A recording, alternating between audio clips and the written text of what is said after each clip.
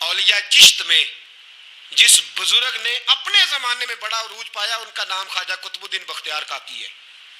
سب بولیے رحمت اللہ تعالی علیہ. خواجہ قطب الدین یہ شہزادے تھے اور مرید ہوئے تو خواجہ معین الدین صاحب کے ساتھ ہی آ گئے دلی میں. خواجہ معین الدین صاحب کی بھی کیا بات، عطائے رسول ہند الولی، اور ان کے مرید تھے بابا فرید الدین گنج شکر رحمت اللہ علیہ. اور مجھے اللہ جانتا ہے مجھے عشق کی حد تک پیار ہے بابا فرید صاحب سے، بڑا میرا درد ان کے ساتھ. اور میں جتنا اس صوفی کو پڑھتا ہوں کم ہی لوگوں کو میں نے پڑھا ہے.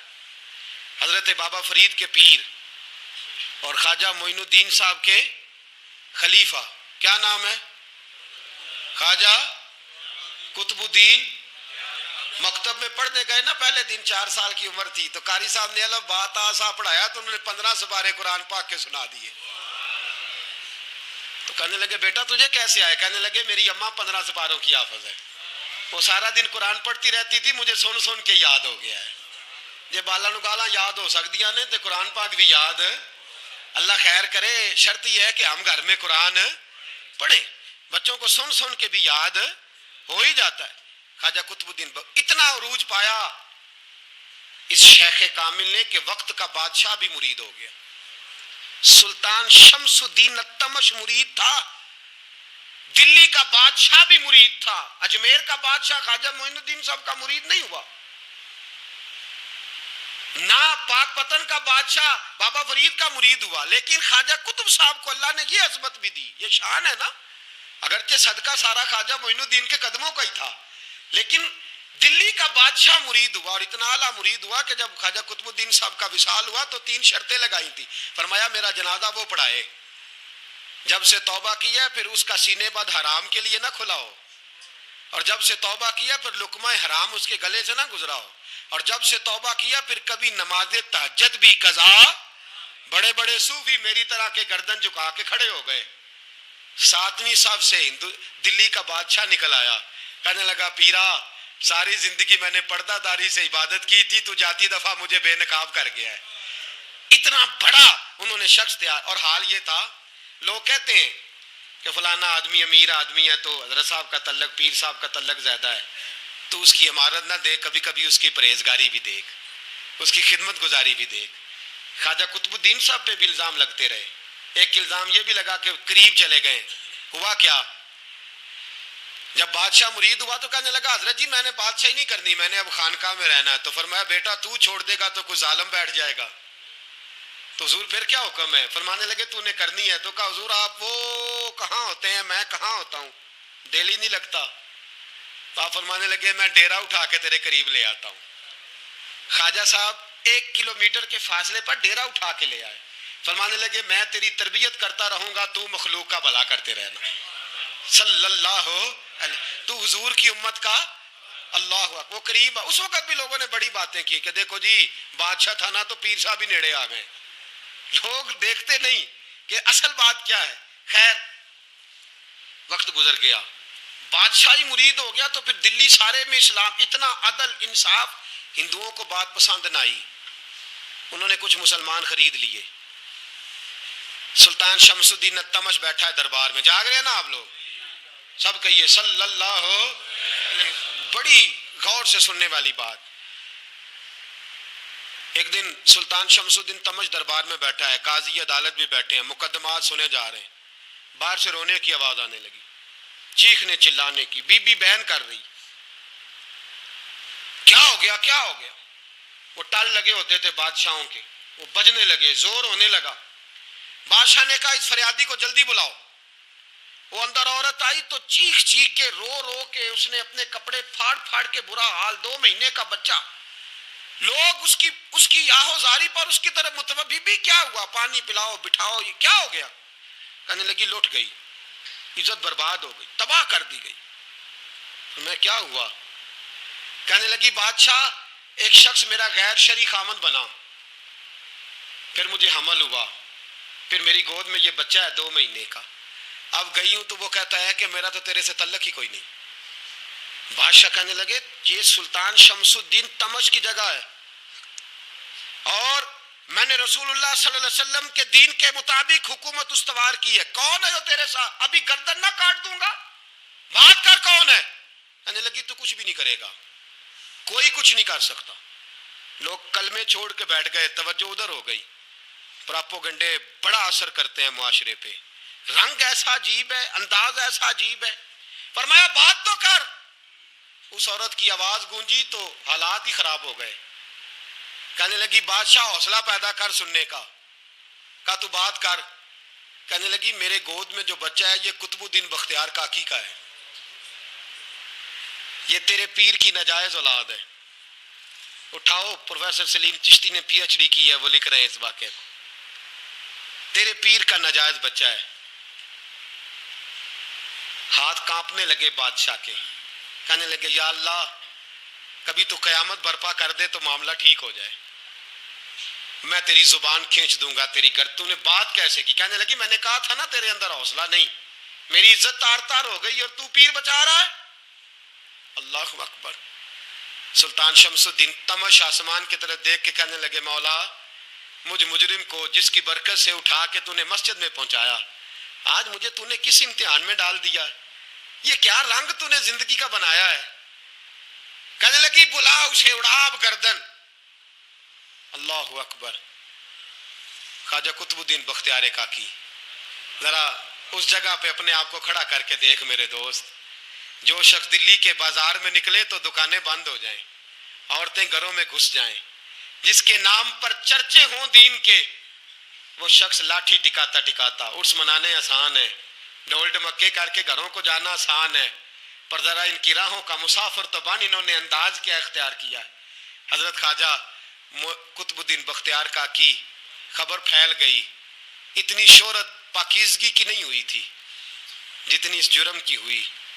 لاٹھی ٹکاتے ٹکاتے جب پہنچے نا بادشاہ کے دربار میں, بادشاہ اٹھنے لگا, قاضی اٹھنے لگا, لوگ اٹھنے لگے, تو قطب الدین بختیار کاکی کی آنکھوں میں آنسو آئے. مانے لگے بیٹو بیٹھ جاؤ, آج میں پیر بن کے نہیں آیا, میں مجرم بن کے آیا.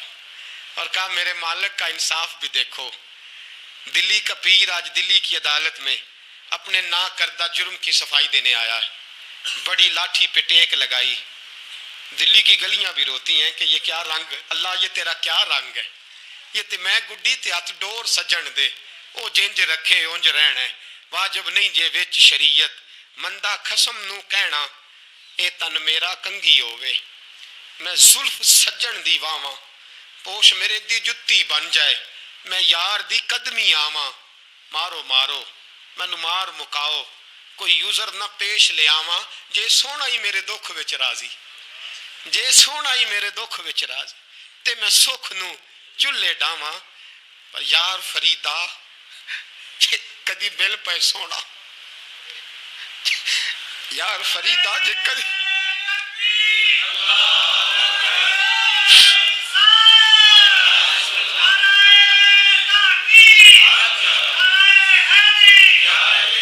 یہ کدی مل پہ سونا, بس انہوں رو رو حال سناواں. ٹیک لگائی ہے.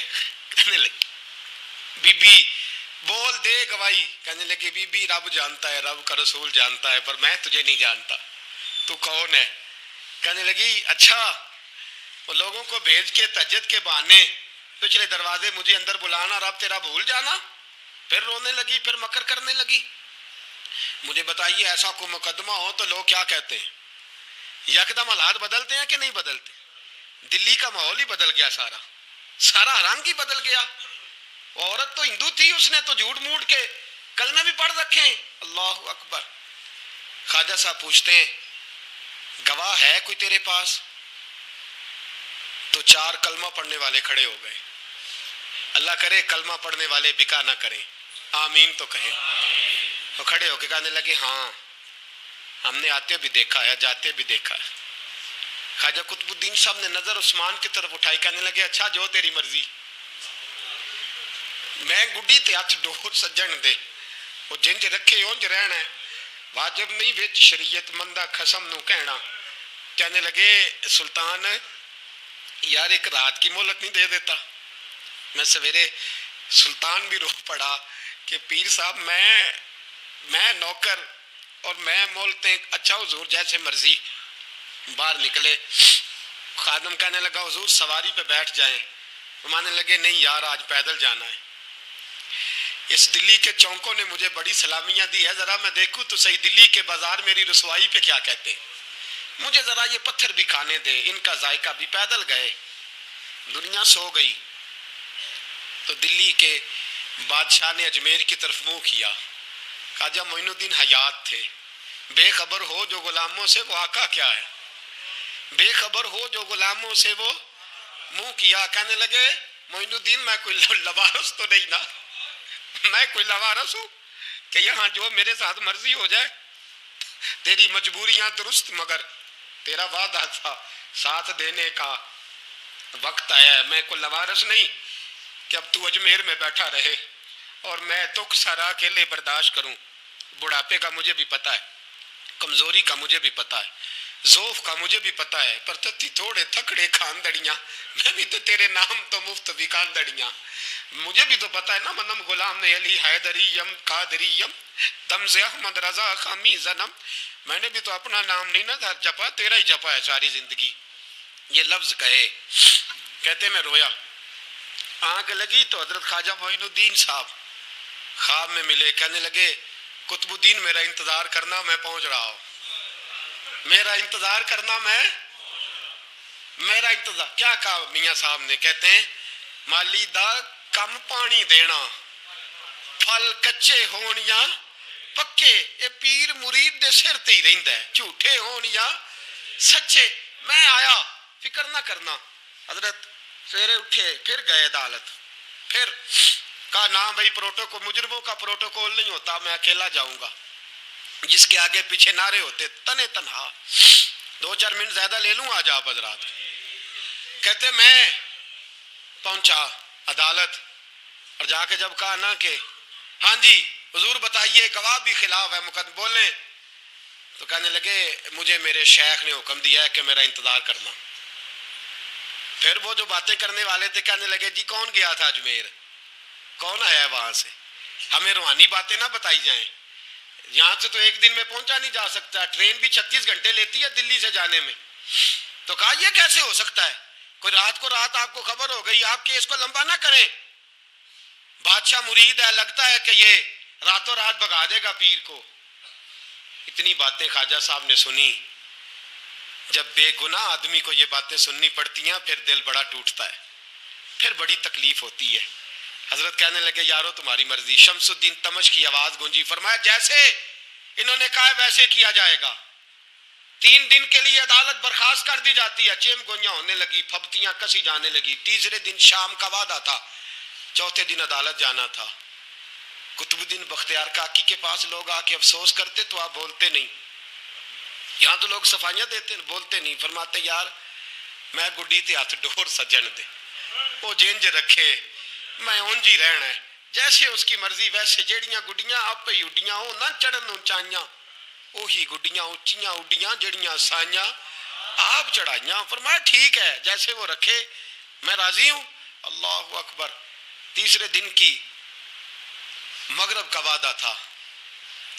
جب مغرب کا سورج ڈوب گیا نا, بڑے قافلے اجمیر سے آئے پر معین الدین نہ آیا. وعدہ کیا تھا یار نے آؤں گا دن ڈھلے. وہ خواجہ غلام فرید صاحب رحمت اللہ تعالیٰ علیہ فرمایا کرتے تھے نا, کوا کھانے لگا آنکھیں تو کہنے لگے کاغا اے تن سارا ہی کھائیو, میرا چن چن کھائیو ماس, میرے 2 نین نہ کھائیو, مینو پیا ملن دی آس. نے کہا سارا کھا جا, آنکھیں چھوڑ دے. اس نے کہا تھا میں آؤں گا, انتظار لمبا ہو گیا ہے پر میری امید تو نہیں نہ ٹوٹی. مغرب کی اذان ہوئی تو لوگ کہنے لگے لو جی اب بس ہو گئی. خواجہ قطب الدین صاحب نے اللہ اکبر کہہ کے مغرب کی جماعت جب میدان میں کھڑی کی تو اپنی بھی چیخ نکل گئی, آئی نہیں. لیکن جب نماز کا سلام پھیرا تو خواجہ معین الدین صاحب کی 2 رکعتیں ابھی باقی تھی.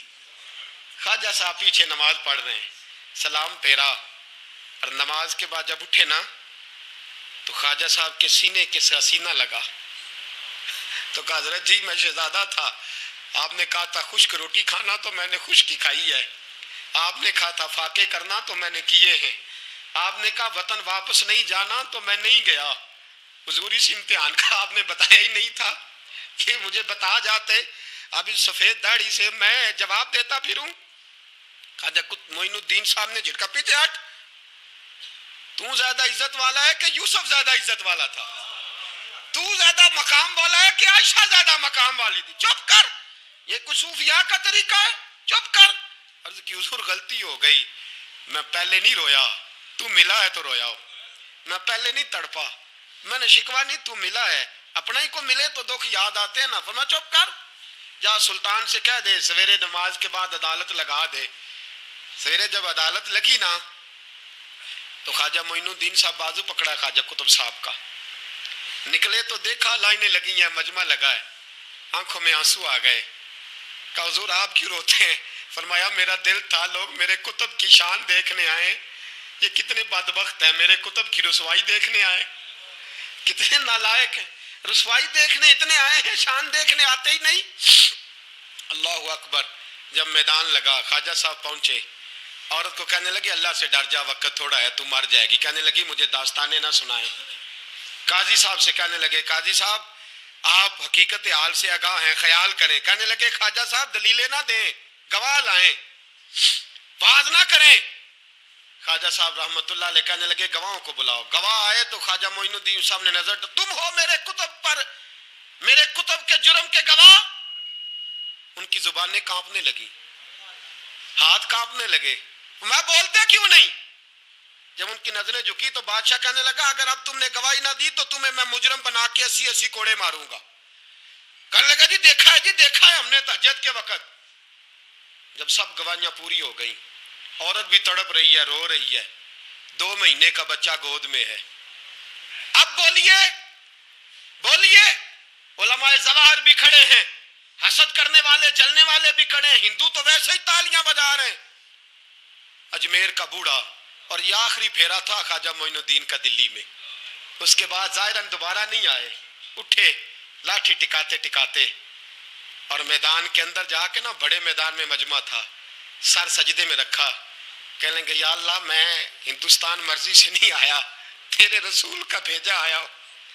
پھر اٹھے اور کہنے لگے مولا تیرے نبی کا فرمان ہے کہ میری امت کے علماء بنی اسرائیل کے نبیوں کی طرح ہوں گے. اگر یوسف کے لیے بچہ بول سکتا ہے تو میرے کتب کے لیے بھی بولنا چاہیے. اگر یوسف علیہ السلام کے لیے بول سکتا ہے تو میرا قطب الدین بھی سچا ہے. اس کے لیے پھر اٹھے, اس بی بی کی طرف بڑھے.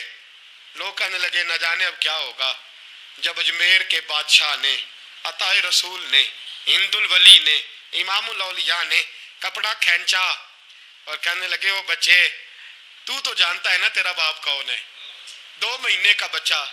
جب نانا بولا تو بی بی کہنے لگی اب کیا کر رہے ہو, بچے بھی کبھی بولنے ہیں. میں بی بی چپ کر, ان اللہ علی کل شیء قدیر, میں کمزور رب کا ماننے والا نہیں, قدرتوں والے رب کا ماننے والا ہوں.